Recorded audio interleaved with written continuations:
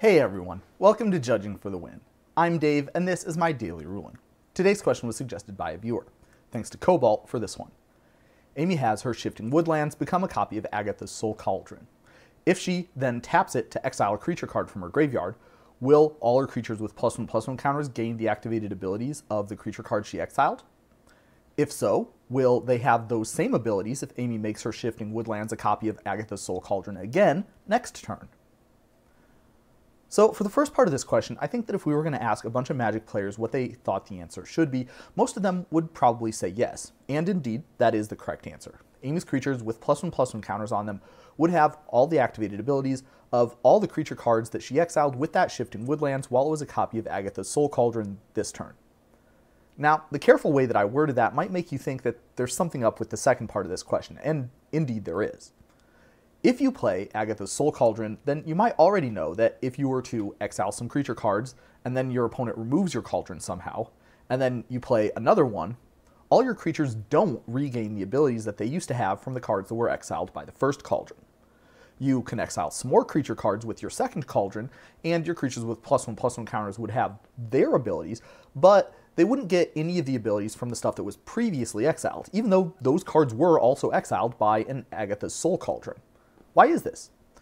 The key to this is a concept called linked abilities. The second and third abilities of Agatha's Soul Cauldron are linked. The third ability only refers to cards that were exiled by the second. In particular, it does not refer to any cards that were exiled by another card's instance of the second ability, because when a card uses its own name in an ability, it means this specific object, not any other objects that happen to have the same name.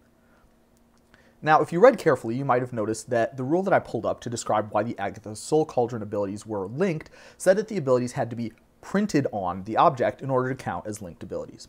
Obviously, there are no such abilities printed on the Shifting Woodlands, so we'll need one more piece of information to rigorously wrap this one up. If an object acquires a pair of linked abilities, those abilities are considered to be linked on the new object, even though they aren't printed on it. But those abilities are not linked to any other ability, including abilities that object may have had in the past. This answers the second part of the question from the original problem statement. If the Shifting Woodlands stops being a copy of Agatha's Soul Cauldron and then becomes a copy of it again sometime later, any cards that were exiled the first time will not be linked to the current set of abilities that the Shifting Woodlands now has. Therefore, any abilities that are among exiled cards prior to the most recent copy effect acting on the Shifting Woodlands will not count. Now here's an interesting idea. If you had a Shifting Woodlands and you used its ability to make it a copy of Agatha's Soul Cauldron, you could hold priority and activate this ability again before the first instance resolves.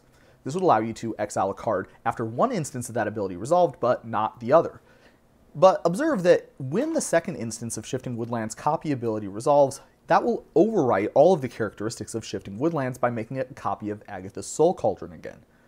Even though it's becoming a copy of the exact same thing, that ability is going to give it another instance of all of the Agatha's Soul Cauldron abilities, overwriting the abilities that it formerly had.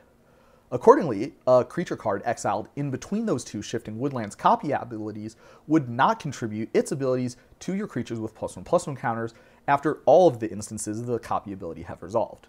Pretty cool, right? And that's all I have for you today. How did you do? Join me again next time for another daily ruling. Until then, I hope you have a great day.